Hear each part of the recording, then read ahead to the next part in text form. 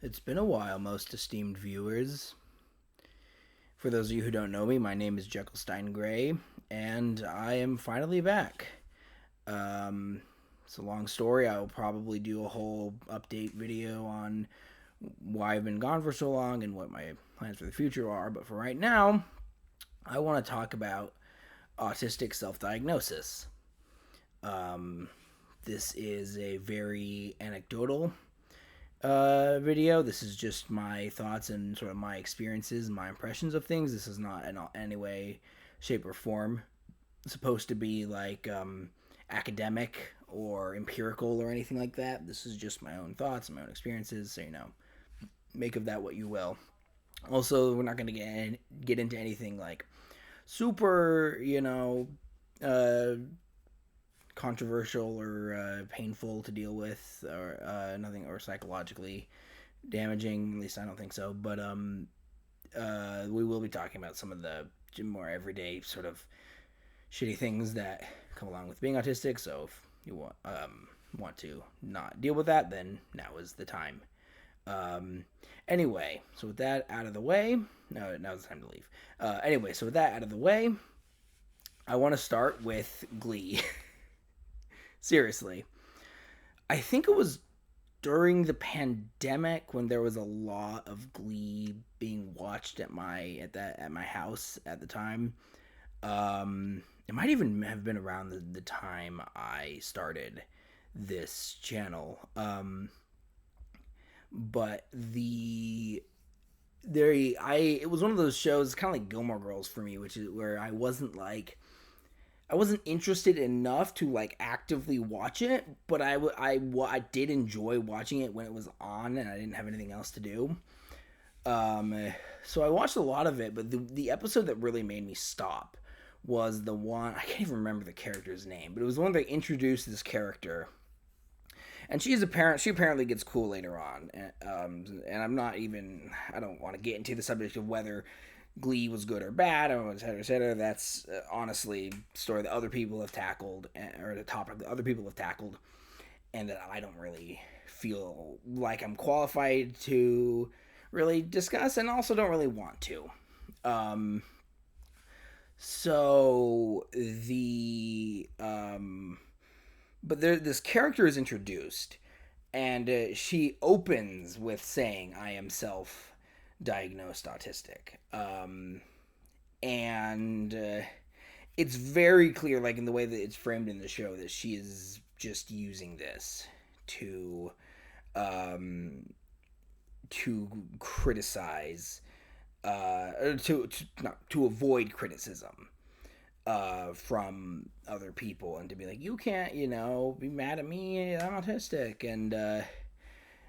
and um, I like, there was just something about that, about seeing that really did not sit right with me, and that's actually when I stopped watching the show. I'm not even saying it was like offensive per se, it was just the sort of thing I didn't want to watch for me personally. Um, so that we're gonna put a pin in that, and I'm gonna just talk briefly about my own childhood experiences, and just general experiences. Being an autistic person, I was diagnosed well before this, but I found out that I was diagnosed. I think it was fourth grade, maybe fifth or sixth, but no, it was probably fourth grade. And growing up, knowing that I was autistic was a very much a mixed bag. In some ways, I think it was kind of a no way to win. It's a Kobayashi Maru, if you will, Star Trek reference. But, it was a no-win scenario. Um, the um, so the Forgive me, esteemed viewers. I haven't. I'm a little bit rusty, and I'm need to get my thoughts. I do have an outline in front of me. On the one hand, yeah, there we go. Growing up knowing I was autistic.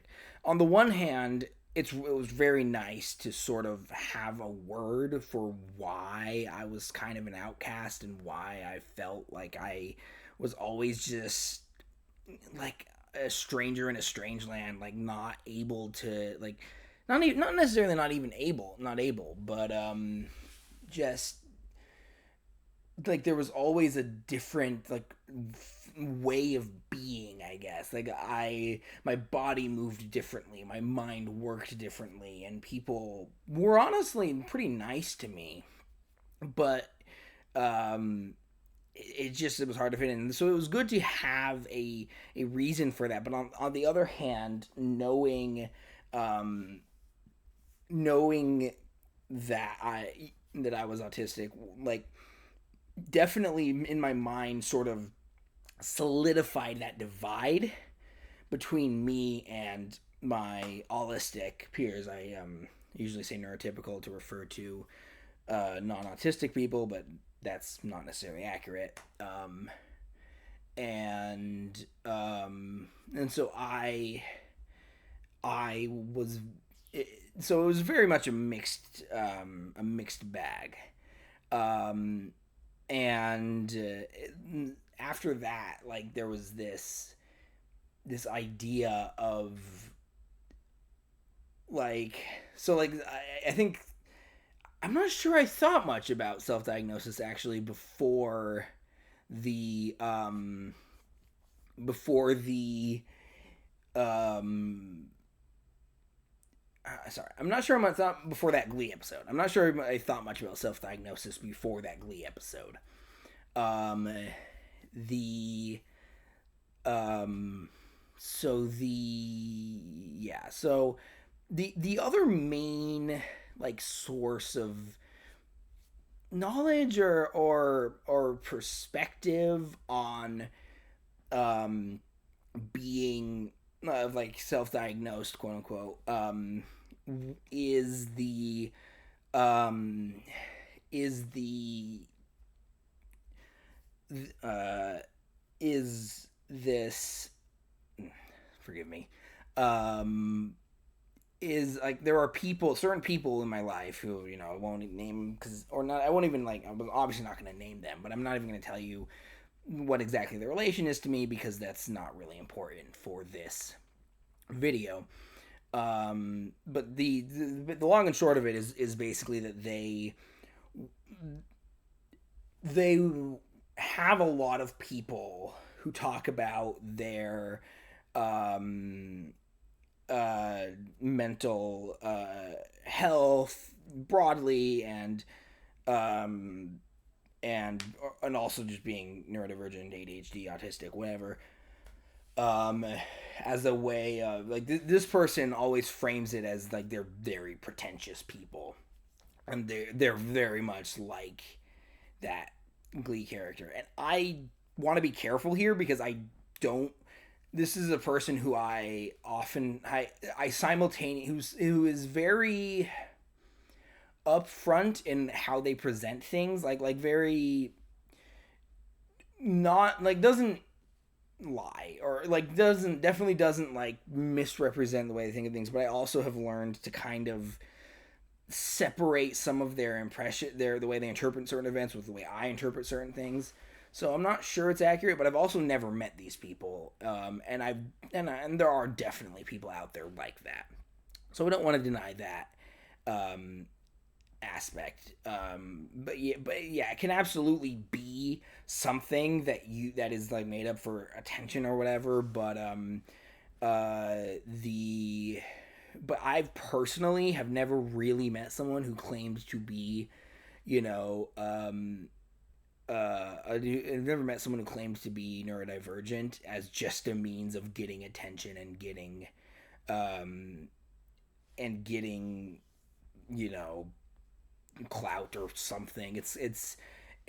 It reminds me kind of actually. I should have put this in my outline. I forgot to do this, but it kind of reminds me in some ways of, and this is I recognize I am stepping into something into an area that I'm not uh like I've I'm probably more well versed in trans issues than most cis people, but I'm definitely I'm not trans, and I don't know everything about being trans or whatever. So let me, if any trans people, if I get this off, if I'm wrong about this or whatever, please let me know. But also please just don't be outright mean. I'm not. I don't want to tone police, but yeah. Anyway, I don't want to tone police. I'm just saying, like, no outright hostility, please. I'm working from a genuine. I don't know. Anyway, I don't want to feel like I'm digging a grave here or something. Anyway, um, the back on the way to what I was actually trying to say before all that was it kind of reminds me, at least from an outsider, on the true scum versus transtrender like thing that I'm not even sure is a thing anymore, but it was, and I you know fond of ContraPoints' video on it, and very much like think it's I'm definitely on the side of the, I mean, they're both derogatory terms, but I'm definitely on the side of the quote unquote transtrenders, which is, again, no, like which is such a stupid phrase, and I don't actually mean, like, anyway. um but there is a sort of like, again, well, okay, I want to actually, the one thing that is different from that, though, is that I actually don't think I've ever really seen much of a "you can't be autistic, you're not a real autistic person" in the autistic community. Again, this might be just going on all the time and I'm not seeing it, but from my experience, I haven't seen a lot of that. Actually, most of the "you can't be autistic" things I've seen have come from Autistic people. And in my experience, a lot of times it's not as, like, there are some, you should check out the what's his channel's name, Autism from the Inside. Autism from the Inside did a great piece on this, uh, called 65 Reasons Why You Can't Be Autistic. I'll link it in the description. Um, it's all nonsense, and it's very, in some ways, very stupid. But it's this. I've met a lot of people, neurotypical people, or sorry, autistic people, who are just who are surprised, and I present very, you know am in between the worlds, sort of. Definitely able to pass and mask, and that's a whole other thing. There's a lot I have a lot of thoughts on different aspects of being autistic, and different way, like, things that I want to change, and also things that weirdly I think are kind of overblown. um but those might be for future videos. I have a lot of other video ideas queued up, and I am enjoying recording this right now, so who knows. um the um so I don't see, I've never seen, in my memory, I've never seen, excuse me, in a neurotypical or an autistic person getting into a fight with another person saying, "Oh, you can't really be autistic." It's usually autistic people, and yeah. um so I can't think of a good segue for this, so I'm just going to shift gears. Wow, there's a reason my channel only has like 100 subscribers. Anyway, but the main, like, counter to um the main counter to a lot of people talk when they talk about, like, self-diagnosis being a, like, the potential of it being a clout chasing thing or whatever, is very, it's very, like when people respond to that, it's usually a true like socioeconomic point about people not people not being able to uh, people not being able to get the diagnosis because they don't have the money, or because they don't have they for example are women, and women tend to, and again this is I'm not relying on first-hand experience here, um but there's a lot of there actually is research into this, and things like that, where women tend to be uh, uh, diagnosed less frequently, although I don't think they are less likely to be autistic, just because of various gendered socialization. um yeah, so that's not great. And a lot of that is, again, that is true. I do want to maybe put, like, not push back, but to kind of ask a interesting question, which is, in a hypothetical, like, anarcho-communist economic utopia where everyone can have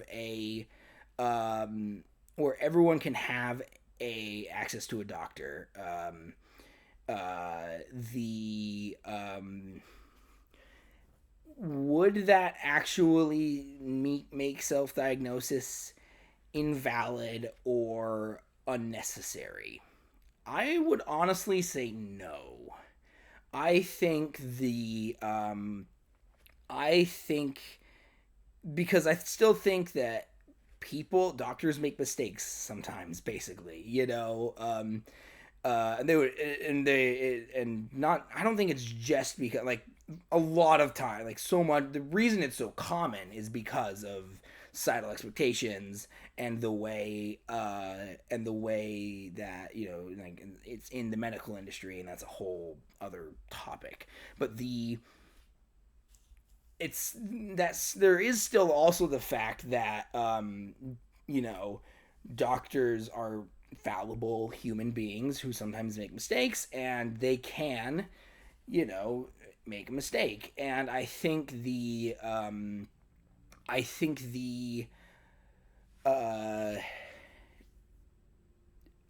think that in and of itself is, like, maybe a way to a reason to still be like, I think self-diagnosis might always be a thing that will be necessary at times. It might be a lot less necessary at certain points, but I don't think it will ever fully go away. And I should do a whole piece on, like, anarchism, and you know it being treated as unrealistic, and then point out some counterexamples, and talk about how I'm not a utopian, but I actually don't think utopia would be a good idea, but also believe the world can be a lot better, and it's way too out of whack. Anyway, it's the whole, like, eternal sunshine. Sometimes you need the bad in order to appreciate the good, and the good to make the bad feel more. Again, topic for another time. Man, the sad thing is, I feel like I'm doing better than I used to. But anyway, so I would like to close with an anecdote of a pretty recent interaction I've had with a friend of mine, and I got permission from her before recording this video to share this story. And I don't want to, with the condition that I not reveal her name, which I wasn't going to do anyway. Even if she had told me I could, I wasn't going to, because it's not necessary. So I was talking with her, and she told me that she thought she was autistic. And I'll be honest. At first, and I've told her this. At first, I didn't tell her this at the time, but I told her this afterwards. At first, I was skeptical. I wouldn't say I outright disbelieved her, but I was like, yeah, you don't see. Here I was doing the same thing that we often criticize, neurotypicals for doing. I was or holistic people for doing. Um, I was thinking, well, you don't seem autistic to me, but I didn't say anything. I was like, okay, interesting. And then she told me her story and her like about what um like growing like just growing up, what like how it felt, and like the just sort of the way she perceived things and thought of things, and the way she understood her place in the world, and all these things growing up. And like by the end, like by after like 10 or 20 minutes of her just explaining this, I was like, I went from I'm not really sure about that to just absolutely I 100% believe you. Like I absolutely do believe that she's autistic. I diagnose her, I diagnose you. um but the so the that goes for anyone who wants it to be official. I by the power vested in me by me, I diagnose you as autistic. um so the more I think about it and interact with people about it, and just like the fewer reasons I can think of that aren't just pure sort of like that are just based in fear or in a sense of feeling like devalued, or that you like have stolen to actually, I'm gonna steal kind of like not like the actual concept, but I'm thinking about ContraPoints when I say ContraPoints' point when I say this, but like stolen valor, this idea of, well, you didn't grow up being, well, for you didn't grow up being seen as other, you didn't feel of yourself as other, and it's like on some level that's true, but also clearly they a lot of times they did, and like, oh, like I just don't see a way, like I don't see and I'll how do I put this, I don't see anything like that would make that would like I don't see any reason why, like I don't see anything that would suggest that it's not that people sometimes using it for clout or whatever, like would be a way to would, frick I like I know how to say it, but I also don't, like I don't see any reason. Let me put it this way: people using it for clout is a price that I'm absolutely willing to pay. I think that's a no brainer. I think I don't see any reason, like that's kind of shitty, but it's like kind of just that's always it's just something people do sometimes, and if it's like this rigid thing, they'll find some other way to claim to try and get attention. It's not like it's not like this is a new thing. It's just happening with autistic people now, but it's always happened. I don't know. I feel like maybe I'll have to do a follow up or something, because I don't think I did that. Well, I don't know. But yeah, so that's how I learned to stop worrying and love self diagnosis, from someone who was never had to self diagnose, or really. So yeah, for self diagnosed, I don't even like. I don't even. I have got. I feel me personally, and this isn't like a condemnation or anything. I personally don't like saying valid, because I think it's just very overdone. But I think there's no reason it's not valid to be self diagnosed. So yeah, if you needed permission from me, I guess you have my permission. Yeah, so that's it. I'm done. I enjoyed this, even though it's probably not very fun to watch. I don't know. Uh, I'll maybe do a whole piece where I just talk about my anxieties about this, but this is also sort of basically the only way I can do like this sort of thing, where I don't have the I still don't really have the I don't know, the je ne sais quoi, to like make this a long form video essay or anything. So this way I can talk about a lot more things, you know. So yeah, thank you for watching, esteemed viewers. You can find the link to that video I mentioned and maybe some other stuff down below. And also, I'm not gonna post my Twitter anymore because I'm using Twitter even less than I was before since the the incident or incidents, the many incidents. Um, but I do post. I've actually started using Instagram a lot, which is something I never thought I would be doing. So I will post that down below. You can follow me there. I've been doing a lot of karaoke. Actually, pretty good at doing Real Slim Shady. So I would recommend checking that out. And yeah, also my Facebook, and I'm not gonna post my letterbox because I don't use that anymore either. But yeah, so check me out on my social medias. All like, comment, subscribe, all that obligatory stuff. And yeah, I will hopefully see you soon, esteemed viewers. I'm actually really enjoying this, so there's a good chance I'll be doing more soon. Stay tuned.